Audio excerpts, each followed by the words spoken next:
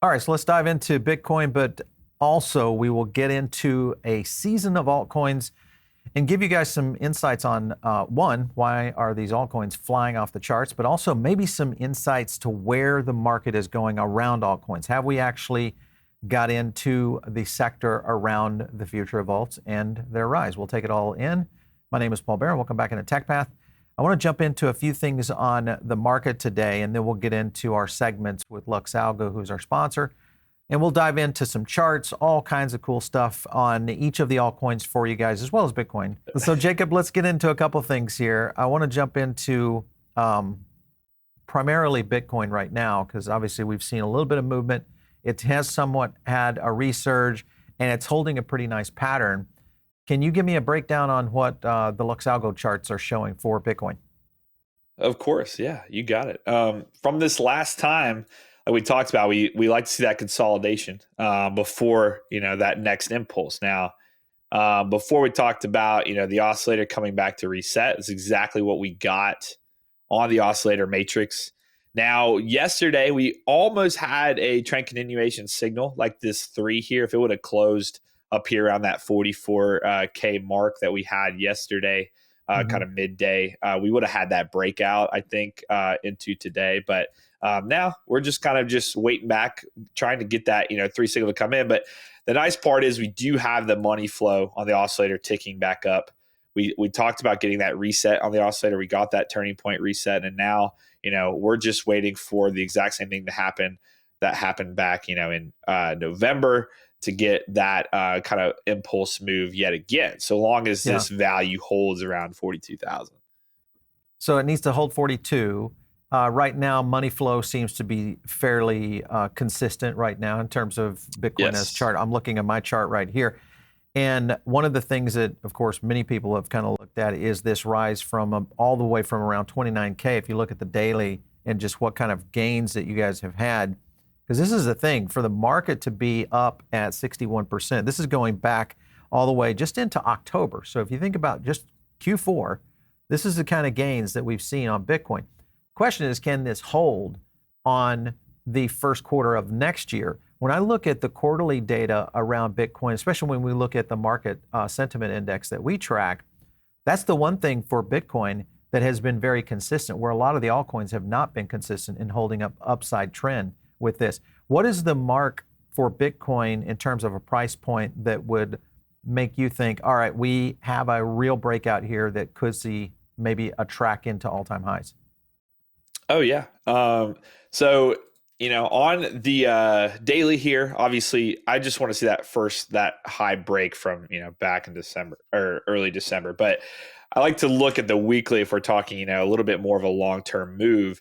And if I pull up our price action concepts indicator, we can look at, possible order blocks and things we can target in the future here. And so far, we do have a order block coming off of that 47,000 from our previous lower high that we had. So I honestly think, based on this and the money flow now switching back on a weekly and being extended like it has been, if we can get above the 47,000, I think we're going to get a nice retracement, and then we'll start to see that run up to 50, maybe 60K, maybe mid-year, if not sooner than that. So very exciting for that break for sure. Yeah, that's a big bullish signal. Let's jump over to Ethereum, because there's some things happening within this. This, of course, is kind of showing a little bit more in a falling wedge pattern that has occurred. And many people have kind of said, hey, listen, ETH has been lagging a bit, and it has. And if you look at the charts, when we chart this with LuxAlgo tools, what I'm finding is some very interesting correlation, even to our own sentiment data. What are you looking at right now? Is ETH maybe set for an actual breakout here?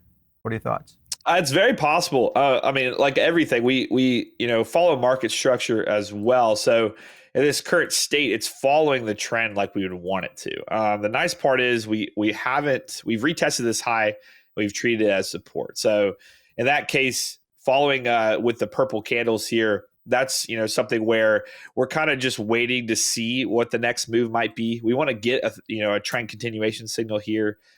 So seeing a price around 2,300 is going to probably give that to us.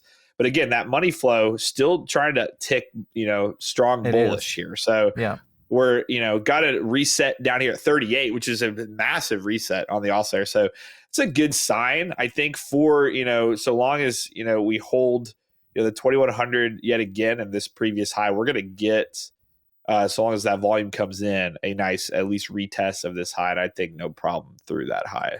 Yeah, for sure. Hopefully soon.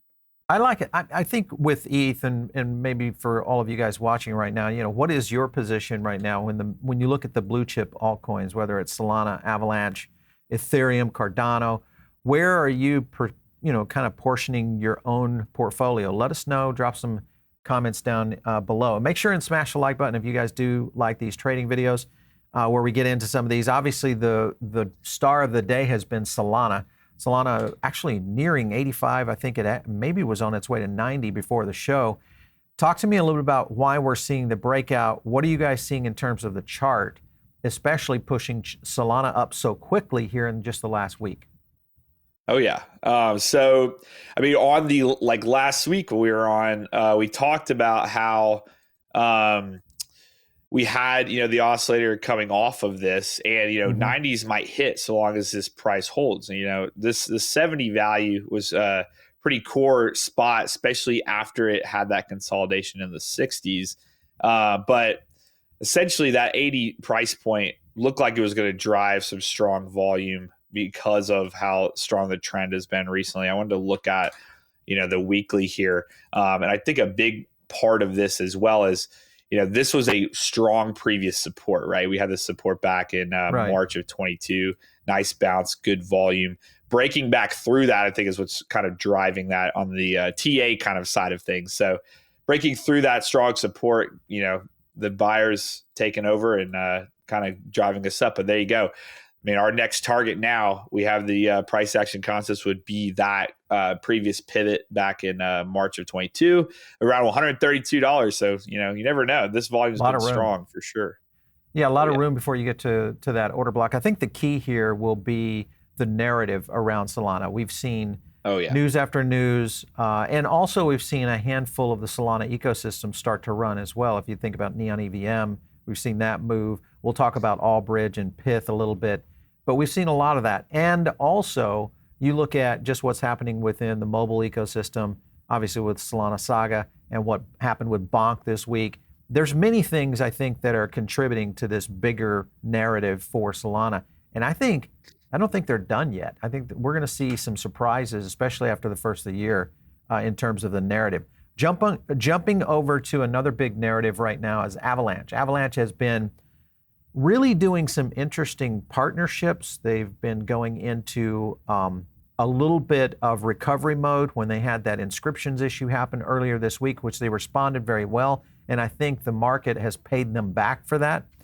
But Kyle Wilson, one of our own researchers and co-host of the Web3 show, AVAX quietly announced an app directly integrated to Regal Movies. This is going to be interesting because this could be another, I think, major area for Avalanche to excel in, especially around AR digital collectibles, which is what we're talking about here within the Regal app. The idea behind Avalanche growing at the pace in which Solana is growing, do you think it can keep pace, or do you think Avalanche, from a chart standpoint, maybe has more room to run? What are your thoughts? I mean, this is probably my favorite hold of the year so far. I mean, coming in the end of this year with this massive volume we've gotten. But we talked about before, so long as the money flow is holding this strong above that threshold, crazy. It's incredible. It's incredible. So, we were watching that value around 40. It was struggling. Price was slowing, but that money flow never came off of this, threshold break. So, again, it's been a strong hold for us. I mean, at this point, 50s will probably get there so long as it wants to hold where it's at. But in this case, let's see if this trend can continue. It's crazy. Yeah, I was looking at just the historical view of Avalanche. And remember that Avalanche, in its heyday, was running at 100 to 150. And when you look at a 100 to 150, and that was before all of what has been going on with Avalanche's subnets, their growth around partnerships, and of course what they've been able to do in the gaming ecosystem. All of that, I think, is a huge narrative going forward for sure. All right, within that, let's talk a little bit about Polkadot, a little bit of a sleeper token that has been out there for quite some while, but definitely one of the more, I think, OG projects that has shown very consistent staying power. And of course, Dot on the move a little bit. What are you showing on the chart right now with Polkadot? Yeah, for Polkadot, I mean, this is this trend, man. It's starting to get really strong here. You can see we're at an 88% trend strength. We like to identify that, as a trending state when it's above 50%. But for now, I mean, that with the money flow, this is properly trending for what we like to see. We like to see good extended pivot points, not as much so like a bunch of them at one level, but we're getting that breakout now. And at this point, where we're at with that pivot, with that turning point happening, here around the median there, and a breakout. I mean, 950. We have that order block sitting up there, and then right above it, $10. So we could see $10 here in a few weeks, if not sooner. Yeah, you're looking at holding it around 815 right now, and trend line has been going up. Market sentiment has been pretty solid on this as well. From a standpoint of an altcoin, I don't know. I think the strategy that a lot of people are looking at right now is which major altcoin do you play, because there's so many opportunities here. And if you look at total, the total three, I think that has been an indicator around altcoin season in general. And that's a factor I think that's starting to play out, because we started to see that eclipse in terms of just overall volume around altcoins in general. With that being the case, Flow has been another one that we've been watching very closely. Had a little bit of a move this week. Obviously, the Disney Pinnacle app launched, which of course is Dapper Labs, and the likelihood of Flow getting more involved in more brand deals as this starts to showcase, I think, how brands are utilizing this tool set could be big. If you look at the chart on Flow, what do you like right now in terms of Flow? Yeah, Flow, I mean, similar to Dot, what we just looked at, it's still following this trend. This trend is a little stronger, actually, with that 91%. But again, that money flow, being as strong as it is, we talk about how, like, you can see in the past when you have weaker money flow versus strong based on the overflow. Super strong here, and you're setting, a higher low. So you're continuing this trend that came from, quite a bit of low volume trading to the downside there. But this big volume breakout, this thing has, nothing but room to run to that upside. I was going to look at the weekly as well, because, if you look at a higher time frame, you can see, okay, I mean, this is way off from where it's been. So it's about time we got, some buying volume come into this. This thing. may So be, really and Jacob, I think this one right now is underbought in terms of just supported from the market in general. And also Flow has been one that has been fighting, I won't say fighting, but there's narrative struggles within the media. Flow doesn't necessarily get as many as what we've seen with Avalanche and Solana. Right. And a handful of others. Now, the other thing too is the Flow community, because we look at sentiment around these communities. Some of these communities are just rabid, which causes price action, hence what you see in some of this, some of this money flow kind of flowing in. With that being the case, some of the ecosystems that we're following right now, of course, is on the Solana ecosystem. Allbridge is one of them. This is an interesting move, and I want you guys to pay really close to attention to this tweet right here, because this has a lot of hidden narratives within it. We're pleased to announce our integration with Optimism. OP Mainnet becomes the 8th supported chain on Allbridge Core, and find out more about this in the Core blog. Now remember, OP base Coinbase. Now you've got a real clear bridge that could open up a whole new frame around what Allbridge is going to be doing. And already, I think some people have looked at what we've done with Allbridge in terms of talking about it and liking Allbridge, the token. When you look at this token, because it's a very small market cap, your thoughts on some of these micro caps movements, especially with you using tools like LuxAlgo, what has been kind of the secret weapon within the indicators? So yeah, I mean, Allbridge, this thing is quite a chart on the daily. In this case, what we like to look for once again is when you get these massive volume come in, we definitely want to see where it kind of wants to settle before considering a possible trade opportunity. Mhm. And where it's at right now, it has settled on that 40 cent mark. If we're just Yeah, you can considering the see overall price action. Yeah, negative money it's flow didn't something go where deep. Looks like it's starting to right. recover there too. Yeah, okay. Yeah, it's coming back off of that. So seeing, the amount of selling, bearish money flow, and then it finally decided to change on a, technical analysis standpoint. This is with any, low cap that gets pumped, you want to see if price can actually hold its value. And we're Right. getting that right now. So in this case, there is a possibility that we go, retest that high or even blow through it. So long as that volume stays where it's at. So something that you Yeah, definitely this want will to be watch one for. to watch. I think as we see the ecosystem for Solana in terms of, and if you guys aren't, if you're not using the Phantom app, check it out because there's a lot of things happening in there within the swaps, a lot of DeFi moves that you can make within that ecosystem.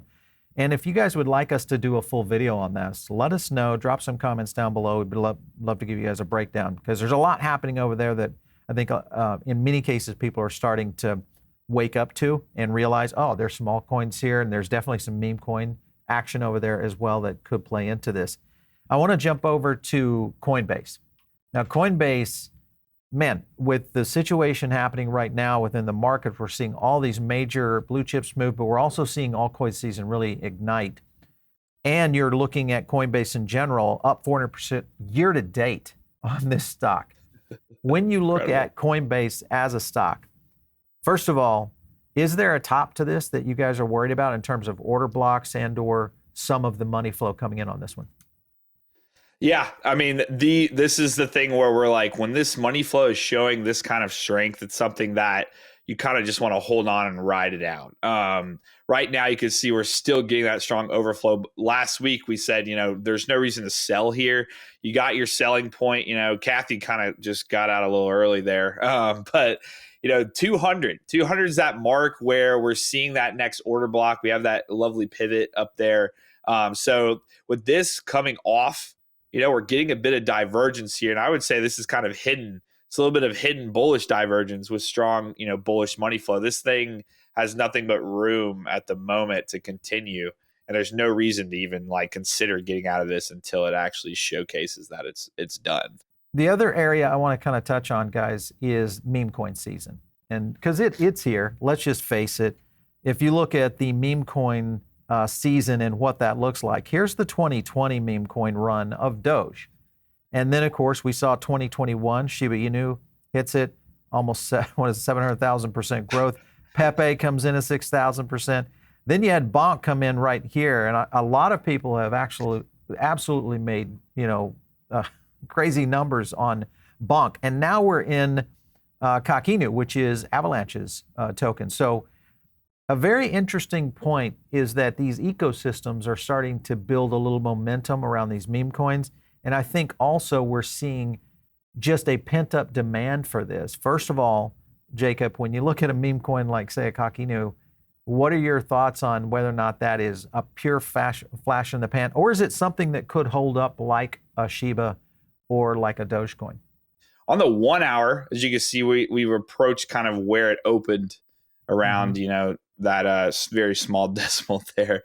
But, in this, for a chart like this, in my opinion, if we're going to actually analyze it, I'm going to dive in to where I can see enough price action to where, this might be worth, analyzing. With this current state, we're trending down a bit. So we need to probably break this trend to even consider it, rallying back to where it was. But for now, I'm just going to be patient. If I were to actually trade this, I would be very patient in this current state. When you look at BONK, which has had a little bit of a run here as well, and the question mark is one of these is going to break out, and which one's going to be the meme coin of 2024 is the question.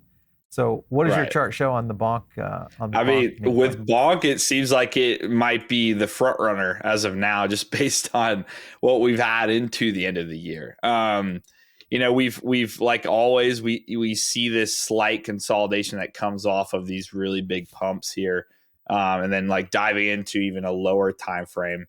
I mean, we're pretty much now, ready for that next run. So that this value that's holding right now is really good, especially after that first initial move back in early December before we had this big aggressive pump kind of mid-December.